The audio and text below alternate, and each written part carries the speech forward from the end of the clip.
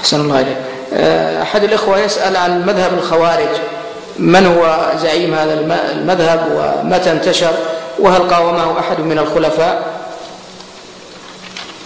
الخوارج هم الذين يخرجون عن طاعة ولي أمر المسلمين، يشقون عصا الطاعة ويقاتلون المسلمين ويكفرون المسلم بالمعصية التي دون الشرك، الكبيرة التي دون الشرك يكفرونه بها.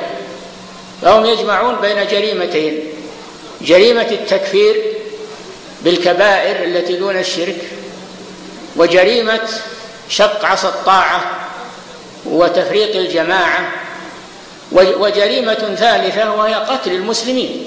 أخبر صلى الله عليه وسلم أن الخوارج يقاتلون أهل الإسلام يقاتلون أهل الإيمان ويدعون أهل الأوثان، وهذا دأبهم في كل زمان.